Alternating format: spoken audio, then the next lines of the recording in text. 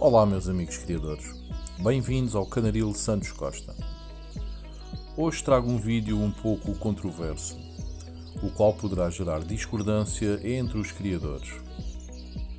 Antes de mais, espero que esteja tudo a correr bem com todos os amigos criadores no que diz respeito às criações. Aqui, no meu Canaril, juntei os casais no início do mês de fevereiro e no momento já tenho vários casais no choco, entre os quais um dos casais de canários London Fancy. Ainda no decorrer deste fim de semana, irei observar alguns dos ovos das primeiras posturas para verificar se estão galados. Esta é efetivamente a parte da época que mais prazer traz aos criadores.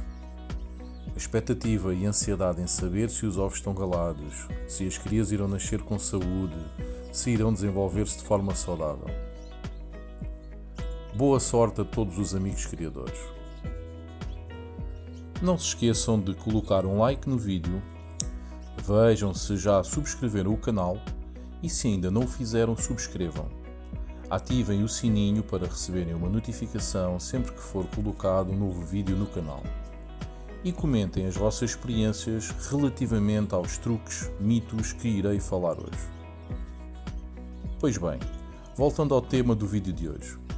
5 truques e mesinhas usados na criação das aves. Mitos ou realidade?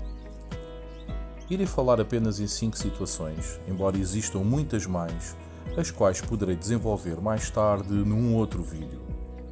Se assim o pretenderem, deixem aqui um comentário para eu efetuar outro vídeo falando desta temática. Iremos então começar por aquele que mais polémica gera entre os criadores. Tratamentos preventivos antes do início das criações sem prescrição veterinária. Existe efetivamente a necessidade de efetuarmos tratamentos preventivos às nossas aves antes de iniciarem as criações? Ainda é bastante usual hoje em dia grande parte dos criadores administrarem um rol de produtos e medicamentos às suas aves, supostamente para eliminarem qualquer foco de doenças que eventualmente possam existir no organismo das aves antes do início das criações. Muitos criadores creem ainda que ao fazerem o tratamento preventivo antes do início das criações, irão evitar que as aves fiquem doentes no decorrer dessas mesmas criações. São administrados vários produtos para tratamento de salmonelas, para tratamento de parasitas internos, para tratamento de coccidioses, para tratamento de tricomonas, para tratamento das vias respiratórias, etc. As aves são bombardeadas com todos esses medicamentos na tentativa de que preventivamente fiquem imunes a qualquer uma dessas doenças. Sendo tratamentos efetuados na forma preventiva, têm uma duração de administração mais curta do que se fosse na forma curativa, contrariando muitas das vezes a dosagem indicada nas bulas desses produtos. Será que administrados dessa forma farão efeito no combate aos micro-organismos a que se destinam? Será que ao se efetuar esses tratamentos preventivos iremos evitar que as aves fiquem doentes durante a criação? Os medicamentos não servem para ser administrados na forma preventiva. Um medicamento normalmente é usado para ajudar a curar de uma determinada patologia. Não é, ou não deve ser usado, para prevenir que se sofra de uma determinada patologia. Esse tipo de produtos, ao serem administrados na forma preventiva, para além de não prevenirem o que quer que seja, apenas provocam resistência aos micro-organismos que deveriam combater se bem administrados, podendo vir a criar micro-organismos resistentes aos princípios ativos dos produtos em questão. Assim, poderá acontecer que, quando houver realmente necessidade de administrar esse tipo de produtos, o princípio ativo dos mesmos já não ter efeito nos micro-organismos que deveriam combater e eliminar, pois estes já adquiriram resistência ao princípio ativo. Para além dessa situação, também debilitam o organismo das nossas aves de duas formas. Primeiro, não deixam as aves ganhar resistência a esses micro-organismos para conseguirem combater os mesmos de forma natural. As aves conseguem muitas das vezes e de forma natural combater esses micro-organismos lesivos à sua saúde. Se as aves estiverem saudáveis, se viverem num ambiente limpo, desinfetado, se tiverem uma alimentação equilibrada e balanceada, na maioria das vezes conseguem adquirir resistências naturais para combater muitas das patologias que referi. Segundo, muitas das vezes, esses produtos, ao serem administrados apenas para supostamente prevenir, sem que as aves padeçam de qualquer enfermidade, aniquilam bactérias e outros micro-organismos existentes na flora das aves, os quais são benéficos ao bem-estar e saúde das mesmas. Assim, apenas estão a destruir todo um equilíbrio existente no organismo das aves. Porque é importante que os criadores percebam que muitos desses medicamentos não combatem e eliminam apenas os micro-organismos prejudiciais à saúde das aves, mas também eliminam os micro-organismos benéficos à saúde das aves. É caso para dizer, e como o ditado refere, o qual é bastante usado no meio ornitológico, não morre da doença, morre da cura. Por fim, pelo facto de se efetuar um tratamento preventivo às aves, administrando várias drogas, não significa que a ave ficará imune a padecer de uma qualquer doença que esses produtos combatem no decorrer das criações. Pelo contrário, como provavelmente a administração desses produtos destruiu o equilíbrio da flora das aves, é mais fácil que fiquem doentes, uma vez que o seu sistema imunitário acabou por ficar mais fraco. Portanto, existe a necessidade de efetuar tratamentos preventivos antes do início das criações? Falso.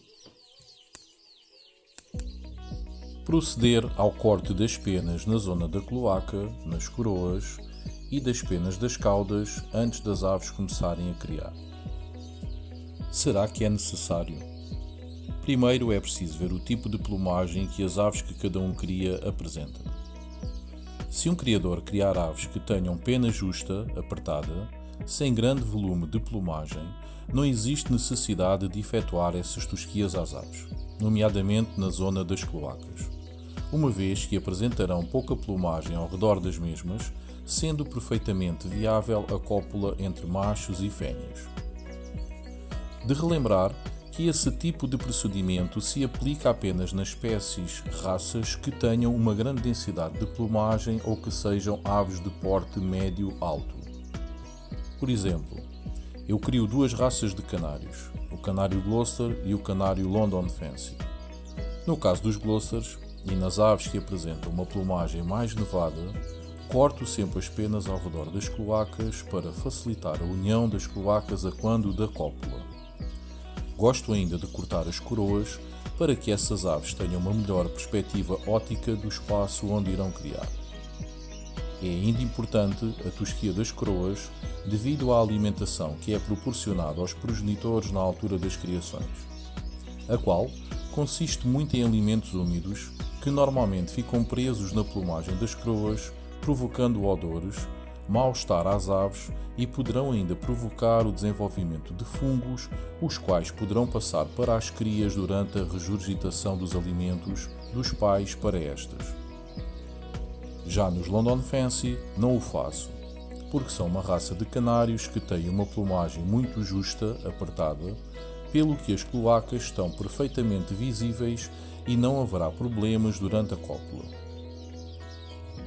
O corte de parte das caudas é normalmente aconselhado em espécies raças de maior porte. Existem ainda algumas raças de canários que têm caudas que pesam bastante, o que lhes dificulta o acto de acasalamento. Cortar parte das caudas nestes casos é perfeitamente aceitável. Poderão assistir ao vídeo onde mostro como procedo ao corte das penas das cloacas, das coroas e das caudas, clicando no link acima. Portanto, é necessário proceder ao corte das penas na zona da cloaca, na zona das coroas e das caudas antes das aves começarem a criar? Verdade! Ter machos e fêmeas separados até se iniciarem as criações. É realmente necessário ter os machos separados das fêmeas? Normalmente, grande parte dos criadores mantém machos separados das fêmeas a seguir à muda da pena, apenas voltando a os juntar quando se inicia a época de criação. É ainda normal manter os machos separados das fêmeas por uma grade separadora para provocar o estímulo sexual de ambos através da visualização do seu parceiro, sem, no entanto, se poderem juntar. No entanto, também existem criadores que mantêm os casais feitos e juntos durante todo o ano. Esses casais, apesar de permanecerem juntos todo o ano, apenas acasalam quando têm um fotoperíodo de horas diárias superior ao normal, quando a temperatura aumenta e lhes é proporcionada uma alimentação mais variada e rica. São vários os criadores que mantêm machos separados das fêmeas apenas devido à alimentação. Passo a explicar.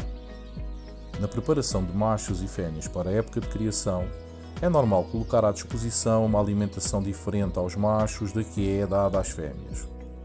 Nestas, administramos uma alimentação mais rica, mais proteica, para que fiquem cheias, gordinhas e entrem no cio. As fêmeas precisam ainda de uma alimentação mais forte, pois irão se desgastar muito mais que os machos no decorrer da época de criação. Já nos machos, a preocupação é que não engordem muito para evitar que não galem bem as fêmeas. No entanto, se dermos uma alimentação equilibrada a ambos, juntando a esse fator um aumento de temperatura e de horas de fotoperíodo, ambos irão entrar no cio de forma natural, não existindo a necessidade de os ter separados. Portanto, é necessário ter machos e fêmeas separados até se iniciarem as criações? Falso! Administrar vitamina E na preparação das criações. É normal, quando falamos entre criadores, que a vitamina E venha sempre à baila na altura das criações. Costuma-se dizer em gíria ornitológica que a vitamina E é o Viagra dos passarinhos. Praticamente grande parte dos criadores administram vitamina E às suas aves a quando da preparação para a época de criação. Mas será que é realmente necessário? Será que se não administrarmos vitamina E às aves, estas não irão ter uma época de sucesso? Não irão encher os ovos? Irão ter níveis de infertilidade enormes? Uma ave saudável, que tenha ao seu dispor uma alimentação equilibrada e balanceada, que viva em um ambiente limpo, não necessita de vitamina E para ficar com o cio e ter níveis altos de reprodução. Se aumentarmos o fotoperíodo para mais horas diárias, se a temperatura do aviário ficar mais alta e se a alimentação a administrar for mais rica e variada, a ave irá entrar de forma natural no cio. É assim na natureza e não existe razão para ser diferente com as aves domésticas. Na natureza, as aves predispõem-se a criar quando os dias ficam maiores, quando a temperatura aumenta e quando existe uma maior variedade de alimentos disponíveis para a alimentação das crias. A vitamina E poderá ser útil em aves que tenham algum desequilíbrio hormonal, as quais, e devido a esse fator, apresentem dificuldades em entrar no cio. A vitamina E pode ser administrada de forma natural, administrando uma alimentação que contenha vitamina E na sua composição, como por exemplo as ortigas. Pode ser administrada na forma líquida ou em pó, as quais se encontram disponíveis em estabelecimentos da especialidade.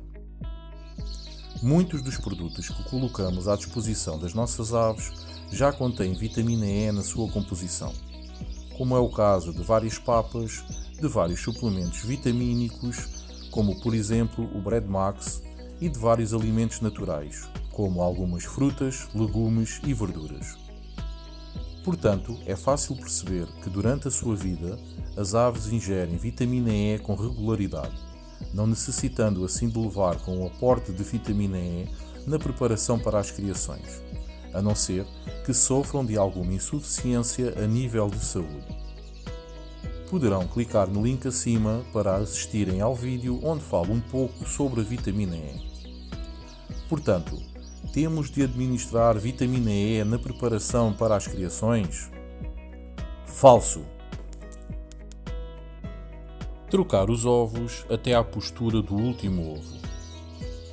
Na vida selvagem, a maioria das espécies de aves que colocam 2 ou mais ovos apenas iniciam o choco dos mesmos após a colocação do último ovo. Existem vários motivos para isso ocorrer, entre os quais a lei de sobrevivência e de preservação das espécies, pois dessa forma a percentagem de sucesso de todas as crias é maior, evitando a extinção da espécie.